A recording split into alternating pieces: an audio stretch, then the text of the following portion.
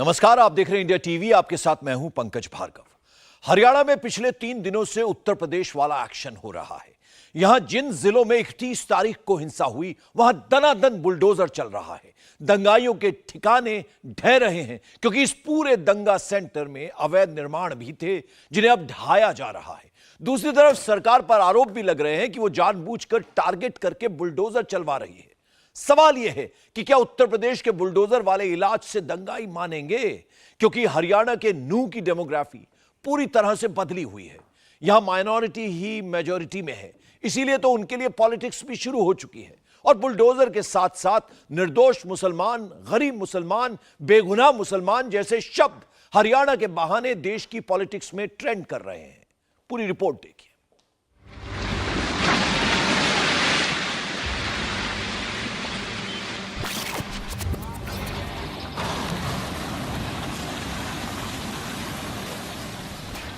यहाँ पर ये पूरी बिल्डिंग पूरी तरह से टूट गई है और ये अब तक की सबसे बड़ी कार्रवाई है। जहां से दंगा फैलाया, वहां बुलडोजर ने मिट्टी में मिलाया। जहां यात्रा पर छतों से चले पत्थर, अब वहीं चले बुलडोजर। 7 दिन पहले जहां था दंगाइयों का राज, अब वहां योगी वाला इलाज। यात्रा पर हमला करने वालों की शामत आई, योगी मॉडल से सुधरेंगे दंगाई। मेवात में योगी वाला ट्रीटमेंट शुरू हो चुका है। बुलडोजर पहुंच गया है, दंगाइयों की इमारतों को चुन चुन कर ढाया जा रहा है। इसीलिए तो अब हो रही है बात, यूपी में शामिल करो मेवात। इस मुख्यमंत्री की इस्तीफे की हम मांग करते हैं। ऐसा मुख्यमंत्री नहीं चाहिए, हमें चाहिए योगी जैसा मुख्यमंत्री।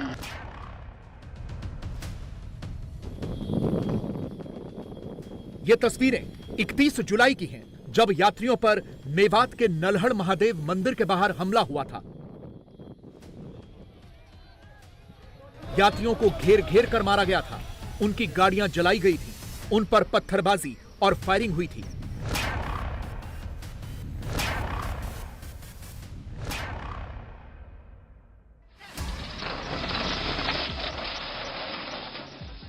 यह नल्हड़ महादेव मंदिर के पास ही बना एक रेस्टोरेंट है। 31 जुलाई को दंगाइयों ने यहीं से शोभा यात्रा के श्रद्धालुओं पर पत्थरबाजी की थी। आरोप है कि दंगाई इसी रेस्टोरेंट की छत पर थे। अब प्रशासन का एक्शन शुरू हो चुका है, बुलडोजर मंगवाकर पूरी इमारत ही तोड़ दी गई है। ये नूह का नल्हड़ चौराया है और यहाँ पर अलग अलग जो लोकेशंस है जहाँ पर हिंसा भड़की, जहाँ से पथराव किया गया, अब उनको तोड़ा जा रहा है। ये सहारा रेस्टोरेंट के साथ की बिल्डिंग है, जिसको अब पूरी तरह से जेसीबी के जरिए ध्वस्त किया जा रहा है। और यहाँ पर आरोप ये था कि ये इलीगल कंस्ट्रक्शन के साथ यहाँ पर जो उपद्रवी थे वो यहाँ पर आए, उन्होंने इसका सहारा लिया, इसकी आड़ में पत्थरबाजी की, वीडियो बनाया। और जो सिक्योरिटी फोर्स यहाँ से हरियाणा पुलिस अंदर जा रही थी नल्हड़ महादेव मंदिर की तरफ, तो उनको पूरी तरह से रोका गया। इसीलिए अब इस पूरे एरिया में जो बिल्डिंग है उसको डिस्ट्रॉय किया जा रहा है। और ये यहाँ पर ये पूरी बिल्डिंग पूरी तरह से टूट गई है और ये अब तक की सबसे बड़ी कार्रवाई है, जिसमें उन सभी लोगों के खिलाफ बुलडोजर चल रहा है जिन्होंने इस पूरे हिंसा में उनकी मदद की, लोगों को यहाँ पर आश्रय दिया, उनको वहाँ पर वो साथ रहे। तो अब ये बिल्डिंग पूरी तरह से डिस्ट्रॉय कर दी गई है। 31 जुलाई को हरियाणा के जिन 5 जिलों में हिंसा हुई है, वहां प्रशासन ने अब तक 600 अवैध निर्माणों को जमींदोज किया है। इन 5 जिलों में 104 एफआईआर दर्ज हुई हैं और 216 लोगों की गिरफ्तारी भी हुई है। सिर्फ अगर नूह जिले की बात करें तो यहां 37 इमारतें ढाई गई हैं और 57 एकड़ जमीन खाली कराई गई है, जबकि नूह में कुल 56 एफआईआर हुई हैं और 147 लोगों की गिरफ्तारी हुई है। प्रशासन का कहना है कि यह बुलडोजर टारगेट करके नहीं चल रहा, बल्कि अवैध निर्माण पर चल रहा है।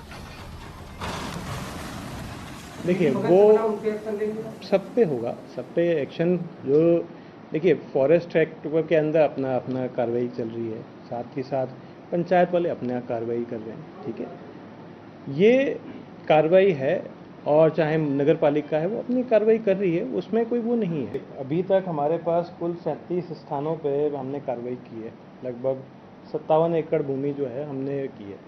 इसके अंतर्गत कुछ बिल्डिंग अलग चिन्हित है, मैंने अभी ऐसे आइडेंटिफाई नहीं किया कि मेरे को चार्ज लिया, अभी सिर्फ 2 दिन हुआ, 1 ही दिन हुआ है बल्कि।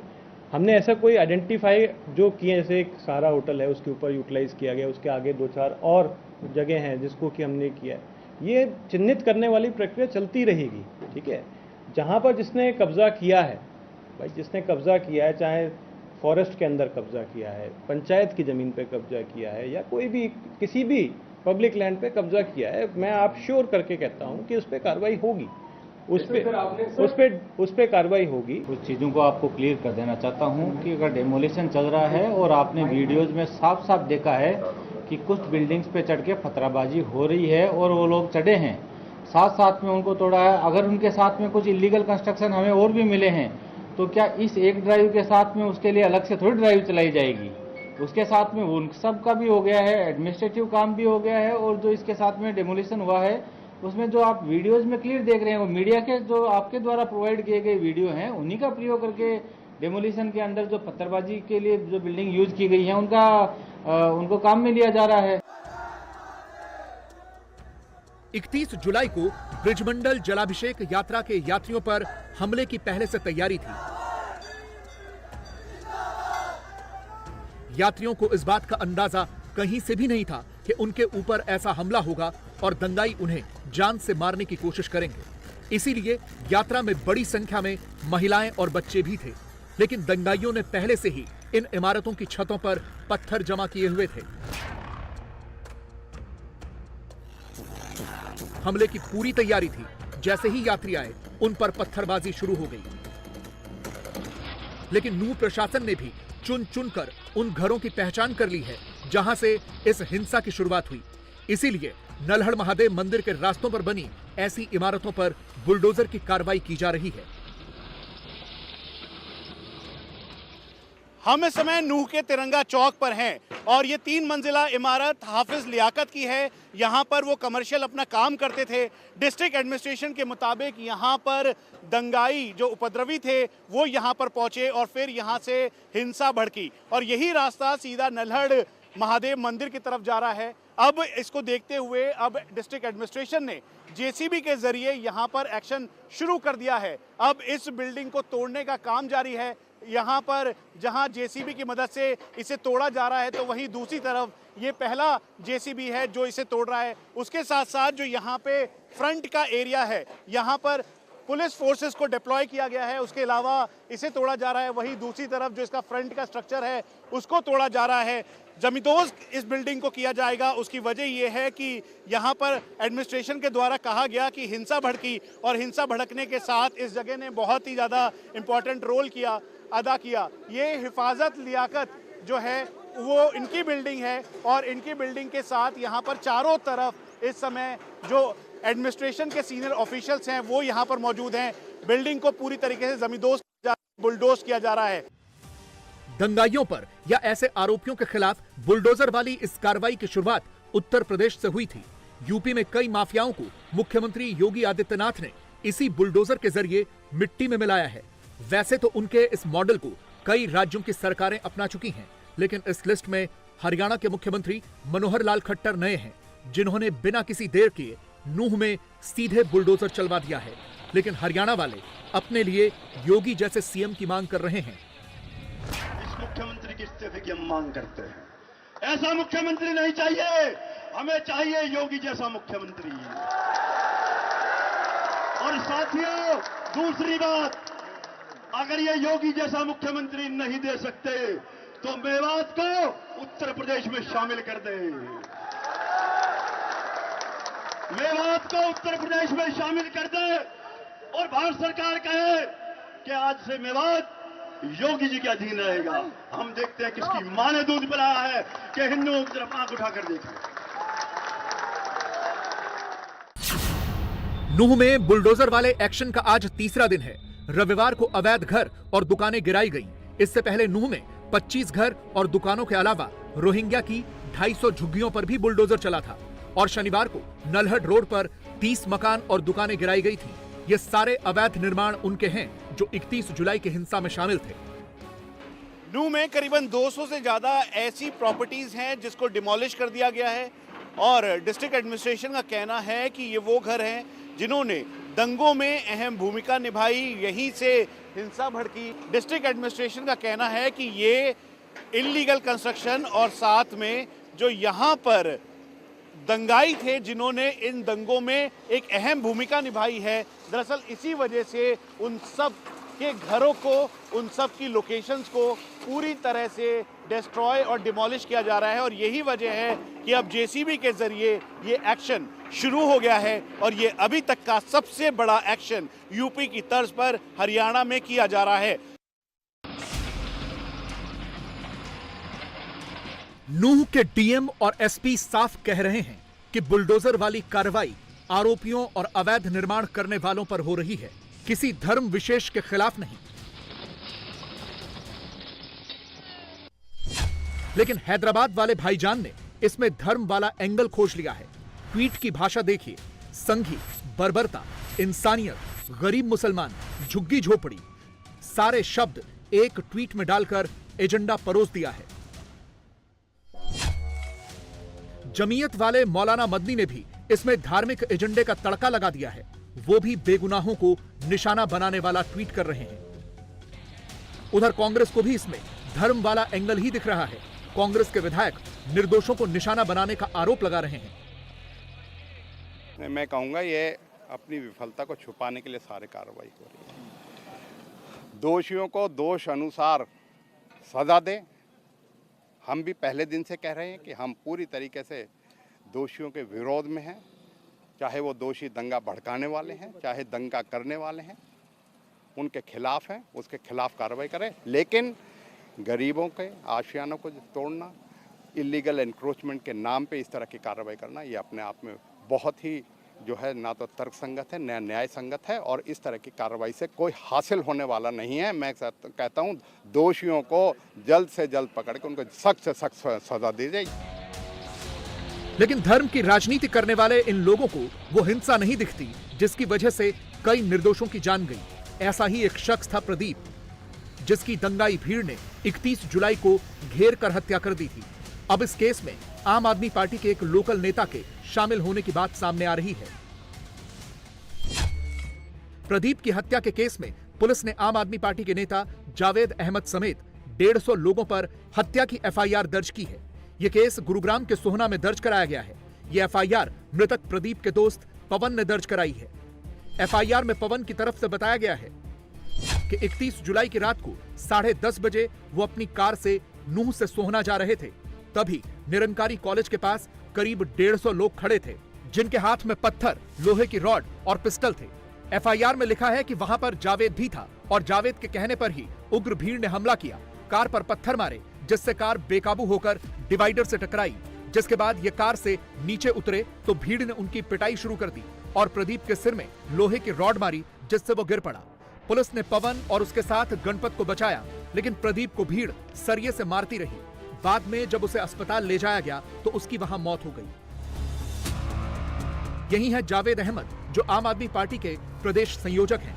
अब वो कह रहे हैं कि वो तो घटना वाले समय वहां थे ही नहीं। कि मैंने जहाँ तक भीड़ को भड़काया, भीड़ को मैं जब भड़काता जब मैं यहाँ रहता, और जावेद के संस्कारों में या जावेद के परिवारों में ये कभी नहीं सिखाया कि इन चीज़ों के ऊपर ध्यान दिया जाए या ऐसी भड़काई बातें करी जाएं। हम सर्वधर्म मानने वाले लोग हैं और सब धर्मों के बीच में बैठने वाले लोग हैं। मैं यहाँ 31 तारीख की 7 बजे बाहर चला गया था अपनी रिश्तेदारी में और 1 तारीख को सुबह 8 बजे आया हूँ। तो मैं जब यहाँ हूँ ही नहीं, मौके पे ही नहीं हूँ, तो मैं कहाँ से किसको भड़काऊँगा। घर माँ की तबीयत खराब थी तो मैं अपने गाँव चला गया था। माँ के पास से वहाँ मेरे रिश्तेदार आए हुए तो उनके साथ बैठ के मैं अपने रिश्तेदारों के साथ चला गया। आपके पास सबूत है सारे? मेरे पास सबूत हैं। सबूत के लिए मेरे पास जब मुझे पता लगा तो मैंने वहाँ से कुछ सीसी वीडियोज़ वगैरह कलेक्ट करी हैं और वो मेरे पास हैं। बाकी तो पुलिस निकालेगी। ये क्या है, मतलब क्या दिखाएंगे आप अगर दिखाना है? देखो, मेरे यहाँ से जाने का सबूत है, मेरा आने का सबूत है। मैं क्या है इसमें? इसमें सबूत ये है कि मैं यहाँ से 100 किलोमीटर दूर अपने रिश्तेदार के घर पे हूँ और 100 किलोमीटर तक पहुँचने में कम से कम 4 से 5 टूल बूथ पड़ते हैं, बॉम्बे हाईवे के और केएमपी के। जिन बूथों से मैं निकला हूँ वहाँ मेरी फोटोज है, मेरी गाड़ी की एंट्री है, मेरी फ़ोन की CDR निकलेगी, लोकेशन आएगी। जिन्होंने दंगों में अपनों को खोया वो इंसाफ की आस में तरस रहे हैं। जिन्होंने दंगे किए उनके घर और इमारतें टूट रही हैं और दूसरी तरफ ये सियासत है जो दंगों के लिए एक दूसरे को जिम्मेदार ठहरा रही है। आम आदमी पार्टी का नाम आया तो बीजेपी को भी मौका मिल गया है। आप याद करिए, दिल्ली के दंगे में भी आम आदमी पार्टी का एक सीनियर नेता, वो पार्षद भी था आम आदमी पार्टी का, ताहिर हुसैन, उसने ये दंगे को अंजाम दिया। मास्टरमाइंड वो है, केस भी हुआ है, केस चल भी रहा है। और हरियाणा में आम आदमी पार्टी के एक सीनियर नेता जावेद, और इस समय इन्हीं से कांग्रेस का गठबंधन हो रहा है। तो ये पूरी कहानी क्या कहती है? पूरी कहानी तो कहती है कि ये कुछ अवांछनीय तत्व का खेल नहीं था, नूह की घटना। ये विधिवत साजिश के तहत ये आम आदमी पार्टी और उनसे जुड़े हुए लोगों के द्वारा ये करवाया गया है। भारतीय जनता पार्टी को हरियाणा के लोग सिरे से खारिज कर रहे हैं, नकार रहे हैं, नफरत करने लगे हैं भारतीय जनता पार्टी से। इसलिए भारतीय जनता पार्टी अब दंगों का षड्यंत्र रच के समाज को बांटना चाहती है, नफरत फैलाना चाहती है और उसके ऊपर राजनीति करना चाहती है। पूरा देश जानता है कि आज के दिन में कौन सी पार्टी है जो दंगे कराती है, कौन सी पार्टी है जो देश को आग में झोंकती है, कौन सी पार्टी है जो लोगों को आपस में लड़ाती है। ये लोग खुद ही पहले माहौल खराब करते हैं, खुद ही दंगे फैलाते हैं, उसके बाद खुद ही झूठी FIR दर्ज करते हैं दूसरी पार्टी के नेताओं के खिलाफ। जावेद अहमद हमारी पार्टी के एक नेता हैं, उनके खिलाफ झूठी FIR दर्ज की गई है नूह के मामले में। 31 जुलाई को नूह में दंगा हुआ तो उसकी प्रतिक्रिया गुरुग्राम में भी देखने को मिली। यहां सेक्टर 57 में धार्मिक स्थल पर तोड़फोड़ हुई और यहां एक हत्या भी हुई, जिसके बाद पुलिस ने यहां तिगरा गांव के लोगों को गिरफ्तार किया है। इसी के विरोध में आज इस तिगरा गांव में महापंचायत हुई। इसमें 12 से ज्यादा गांवों के सैकड़ों लोग पहुंचे थे। महापंचायत में अरेस्ट किए गए युवकों को रिहा करने की मांग की गई। देखिए, आज की पंचायत की जरूरत इसलिए पड़ी कि हमारे यहाँ एक वारदात हुई थी मस्जिद पर।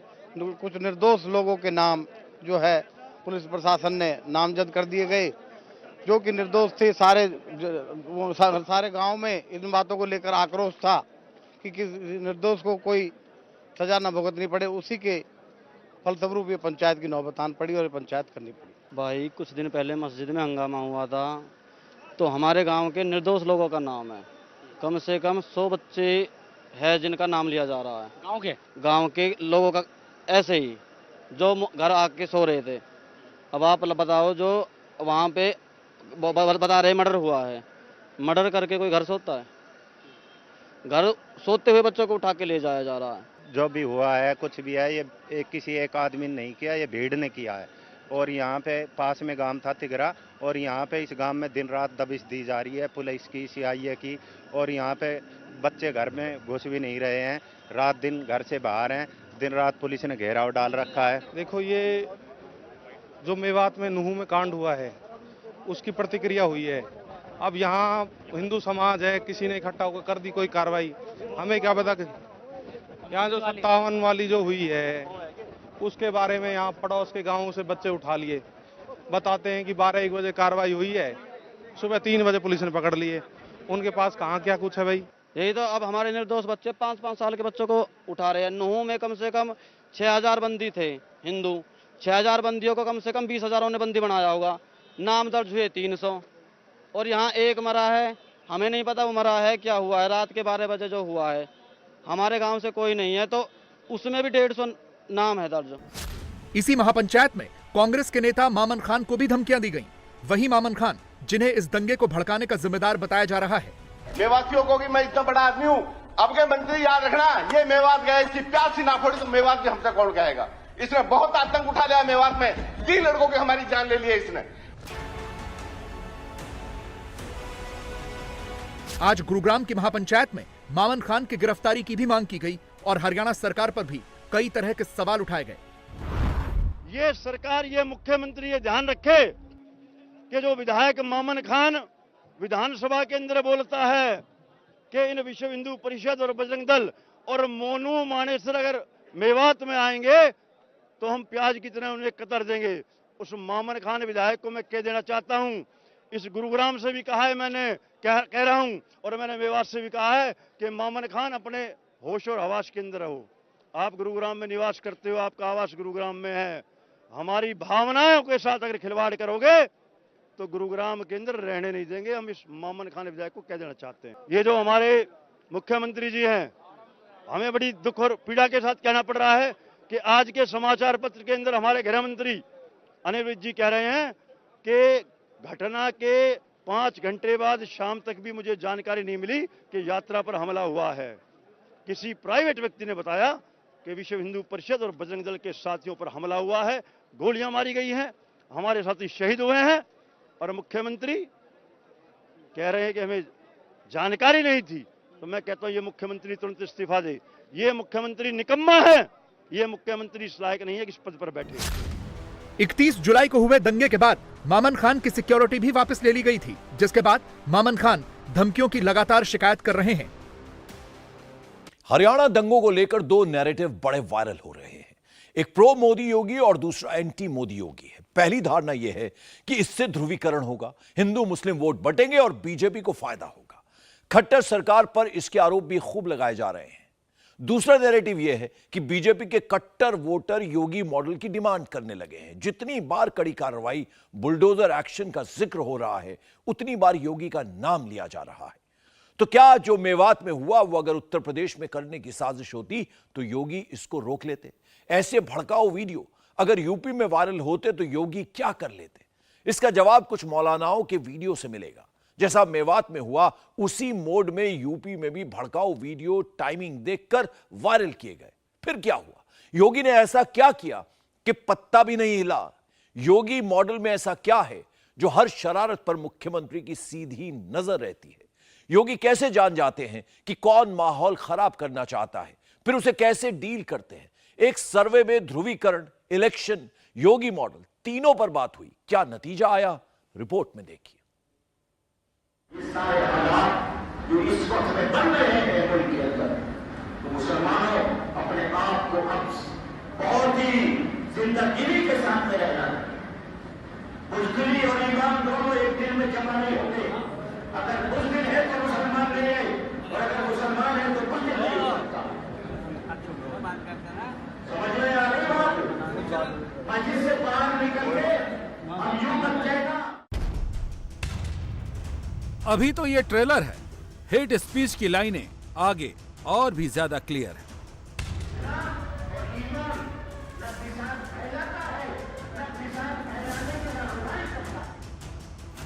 इस मौलाना की पूरी स्क्रिप्ट पढ़ाएंगे, लेकिन उससे पहले इसके नफरती टेप का एक और हिस्सा सुनाएंगे। लीजिए, सुनिए। अपने आप को सही मानों में मुसलमान बना लो और अल्लाह से अपना ताल्लुक जोड़ लो।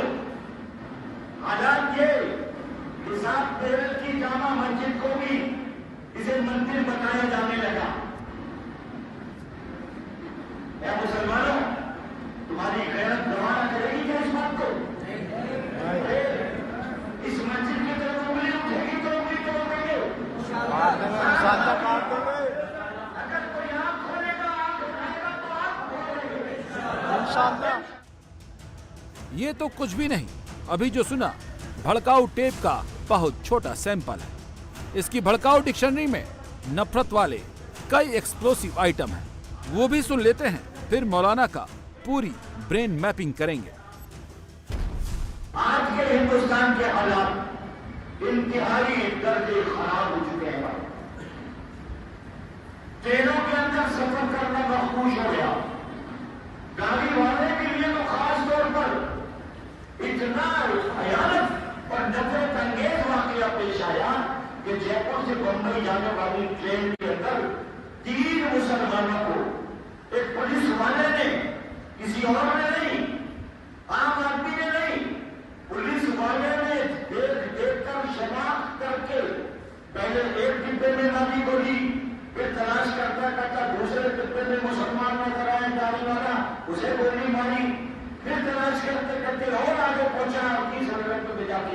एक मुसलमान पर भी गोली मारी और एक उसी के अफसर ने उसे मना किया तो उसे भी गोली मारी। ये हालात हैं। अभी दिल्ली से 25 किलोमीटर की दूरी पर गुरुग्राम के अंदर जो हादसा पेश आया कि एक इमाम को कत्ल कर दिया गया, बहुत दूर के मार दिया गया और मस्जिद में आग लगा दी गई। सुन लिया ना आपने, समझना मुश्किल नहीं है।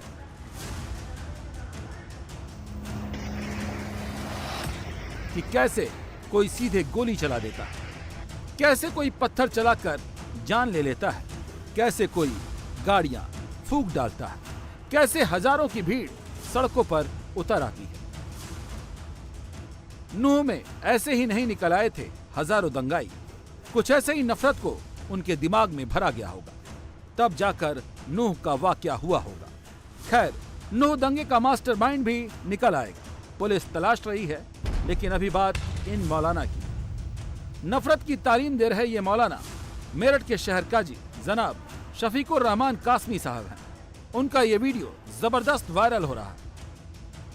सोशल मीडिया पर इस वीडियो की जबरदस्त चर्चा है, अखबारों में भी इनकी बातें चल रही हैं। समझ में आ रही बात? मस्जिद से बाहर निकल के हम यूं मत कहना कुछ बात होगी कर रहा होगा, कोई ऐसी बात कोई बात होगी कर रहा अंदर रख दे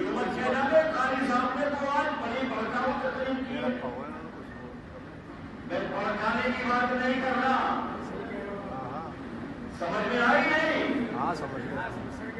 अपने आप को सही होगा में मुसलमान बना लो। काजी साहब को इस बात का एहसास तो था कि जहां से और जिस जगह से ये बोल रहे हैं, बात लीक हो गई तो मसला हो जाएगा। और हुआ भी वही। काजी साहब का वीडियो लीक हुआ, माहौल खराब हुआ, जिसके 2 मिनट बाद ही काजी साहब लाइन पर आ गए। उन्हें मेमोरी लॉस हो गया। कहाँ का है जो हमने अभी आपको? मुझे मालूम नहीं कहाँ का है। मैं मुख्तलिफ जगह पर जाता हूँ, मैं मेरे बयानात होते हैं, मुझे मालूम नहीं ये आपको वीडियो दिखा रही किस जगह का है। कहने लगे कि उन्हें कुछ मालूम ही नहीं। मेमोरी लॉस कैसे हुआ, उसकी वजह ये है। मतलब जो लोग भड़काते हैं मस्जिद में बैठकर या कहीं भी बैठकर, उनका दिमाग ठीक करना योगी को बखूबी आता है। चेहरा वही है, आवाज वही है, लेकिन काजी साहब को अब कुछ याद नहीं है। आपने देश के मौजूदा हालत पे चिंता व्यक्त करी है इस वीडियो में। आपने गुरुग्राम का भी जिक्र करा है। आपने मालूम नहीं किस जगह का है, मुझे ये मालूम नहीं। आपने कहा कि सब मुसलमान एक हो जाए, है ना? मैंने नहीं कहा मुसलमान एक हो जाएंगे, ना मैंने ये बात कही। तो ये वीडियो सच है या झूठ है? मुझे नहीं मालूम, कह नहीं सकता मैं। काजी साहब, जमाना टेक्निक का है। ऐसे वक्त में आप जैसे जिम्मेदार लोगों की जिम्मेदारी तो और भी बढ़ जाती है। कुछ भी बोलेंगे वो रिकॉर्ड हो जाएगा, देर सबेर बाहर भी आ जाएगा। और आपको मेमोरी लॉस ऐसे नहीं हुआ है। दरअसल आपने जो कहा है वो गलत जगह पर कहा है। यूपी में कहा है, जहां के मुख्यमंत्री योगी आदित्यनाथ हैं और उनके शासन में नफरत की जगह नहीं है। काजी साहब, आप जानते ही होंगे बरेली को भी नूह बनाने की प्लानिंग थी। हिंदू मुसलमान सामने आ गए थे, लेकिन योगी की सरकार है, इसीलिए सब कुछ सही हो गया, शांति से निपट गया। दिल्ली के जोगी नवादा इलाके में पूरी तरह से शांति है। हर जगह आपको सुरक्षा कर्मी की तैनाती नजर आ जाएगी। इधर से ये रास्ता जाता है मौर्या गली की तरफ, लेकिन कोई भी कांवड़ यात्री इधर से नहीं आ रहे हैं। उनको पहले ही मना कर दिया था स्थानीय प्रशासन ने कि आप कांवड़ यात्रा इस रूट से नहीं निकाल सकते हैं। उसके बाद पूरे इलाके में तकरीबन 1 से 1.5 किलोमीटर का इलाका अगर आप देखें तो आपको आरएएफ और यूपी पुलिस की तैनाती हर जगह नजर आएगी। और इस वजह से यहाँ पे पूरी तरह से जनजीवन जो है सामान्य है। कोई कांवड़ यात्री, किसी भी तरह का धार्मिक आयोजन कहीं भी नजर नहीं आएगा। प्रशासन ने पहले ही क्लियर कर दिया था कि अगर कोई भी इस रूट से यात्रा निकालता है तो उनके ऊपर में सख्त कार्रवाई की जाएगी।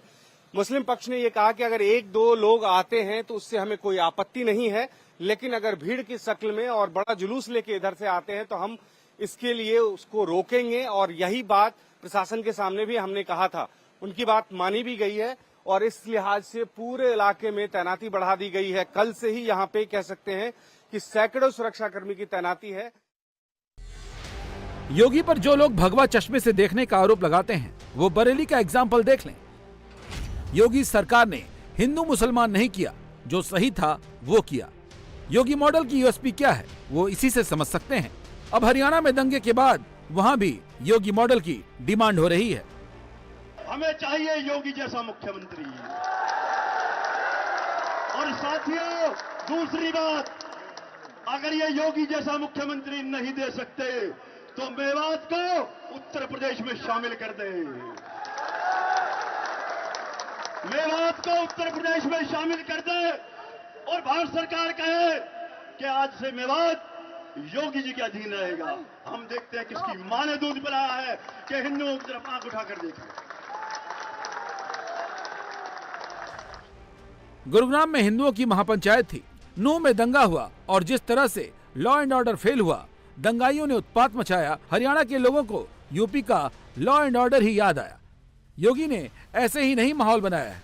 लॉ एंड ऑर्डर किसी भी राज्य के लिए कितना जरूरी है इसी से समझ लीजिए।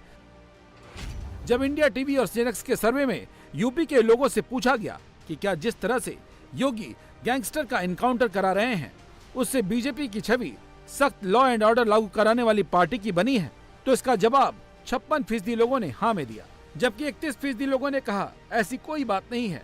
13% ने कुछ भी नहीं कहा।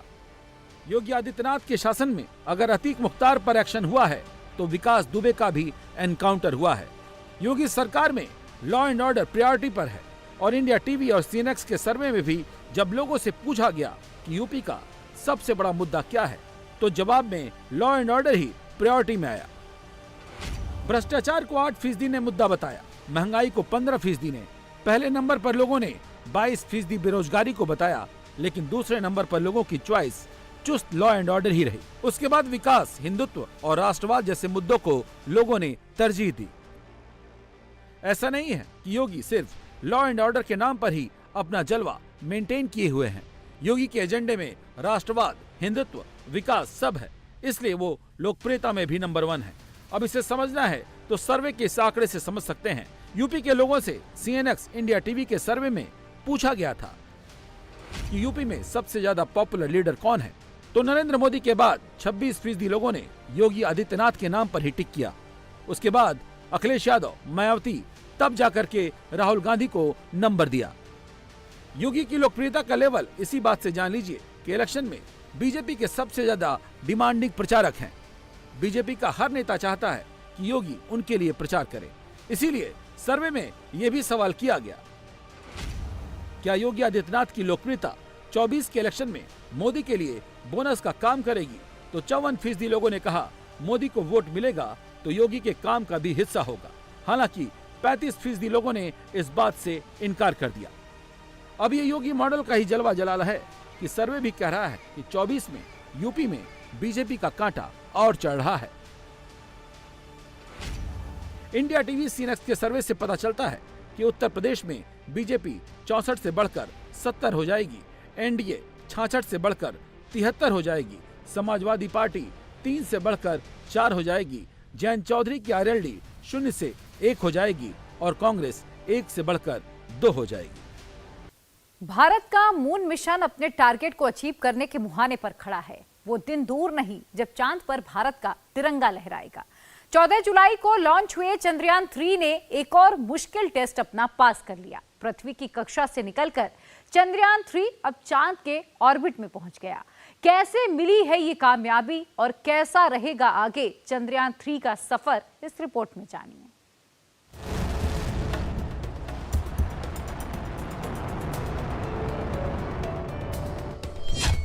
भारत के मिशन मून की एक और कामयाबी।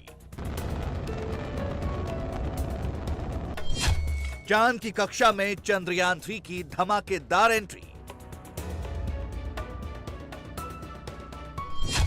चांद पर झंडे गाड़ने के और करीब पहुंचा चंद्रयान 3।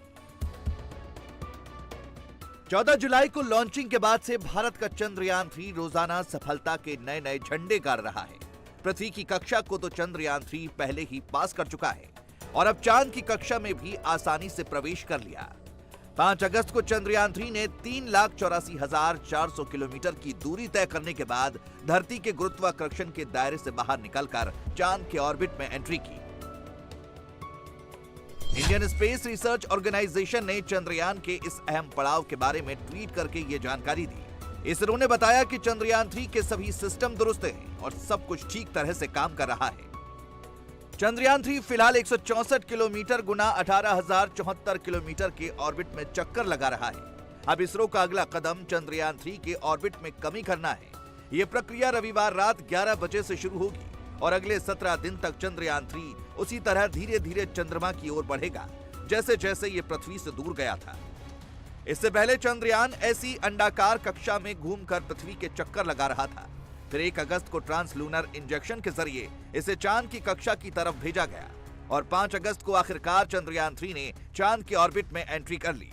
ऑर्बिट में दाखिल होने के बाद अब ये 13 दिन तक चंद्रमा के चक्कर लगाएगा। फिर ये 100 किलोमीटर ऊपर लैंडर प्रोपल्शन मॉड्यूल से अलग हो जाएगा। फिर 100 गुना 30 किलोमीटर की कक्षा में स्पीड कम करना शुरू कर देगा और 23 अगस्त को शाम 5:23 पर लैंडिंग होगी। इसके बाद लैंडर से रोवर बाहर निकलेगा और 14 दिन तक वहां प्रयोग करेगा।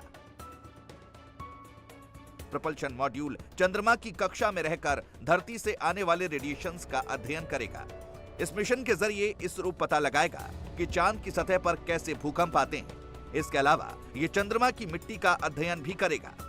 चंद्रयान 3 ने फिलहाल चांद के ऑर्बिट में तो एंट्री कर ली, लेकिन उसके आगे का सफर कैसा रहेगा उसे समझते हैं। 6 अगस्त 2023 को चंद्रयान 3 को 10 से 12,000 किलोमीटर वाली ऑर्बिट में डाला जाएगा। 9 अगस्त 2023 को चंद्रयान 3 के ऑर्बिट को बदलकर 4 से 5,000 किलोमीटर की ऑर्बिट में डाला जाएगा।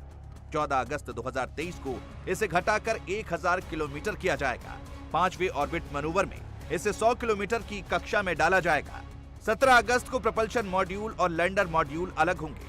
18 व 20 अगस्त को चांद के ऑर्बिट की दूरी को कम किया जाएगा। लैंडर मॉड्यूल 100 गुना 35 किलोमीटर के ऑर्बिट में डाला जाएगा। 23 अगस्त 2023 को शाम 5:47 पर चंद्रयान की लैंडिंग करवाई जाएगी। भारत की स्पेस एजेंसी इसरो के नाम पहले से कई उपलब्धियां दर्ज हैं और इस मिशन की सक्सेस के साथ ही इसरो के नाम एक और बड़ी कामयाबी दर्ज हो जाएगी। जो काम अब तक नासा नहीं कर पाया, वो इसरो इस मिशन के पूरा होने के साथ कर लेगा। दरअसल चंद्रयान 3 चंद्रमा के साउथ पोल पर सॉफ्ट लैंडिंग करने वाला है और अगर इसमें सफलता मिलती है तो भारत ऐसा करने वाला दुनिया का पहला देश बन जाएगा। आपको बता दें कि रूस, चीन, अमेरिका ने अब तक जितने भी मून मिशन किए हैं, उन्होंने चंद्रमा के इक्वेटोरियल रीजन में लैंडिंग कराई थी, जबकि भारत के चंद्रयान 3 ने पोलर रीजन्स को चुना है। हालांकि इसके लिए चंद्रयान 3 को कई चुनौतियों का सामना करना है। चंद्रमा के पोलर रीजन दूसरे रीजन से काफी अलग हैं। यहाँ कई हिस्से हैं जहाँ सूरज की रोशनी कभी नहीं पहुँचती और तापमान -200 डिग्री सेल्सियस से नीचे तक चला जाता है। ऐसे में वैज्ञानिकों का अनुमान है कि यहाँ बर्फ के फॉर्म में अभी भी पानी मौजूद हो सकता है। भारत के 2008 के चंद्रयान 1 मिशन ने चंद्रमा की सतह पर पानी की मौजूदगी का संकेत दिया था। आपको बता दें कि यह तीसरा मौका है जब भारत का चंद्रयान चांद के ऑर्बिट में प्रवेश कर गया। इससे पहले चंद्रयान 1 को साल 2008 में लॉन्च किया गया था और यह सफलतापूर्वक चंद्रमा की कक्षा में प्रवेश कर गया था।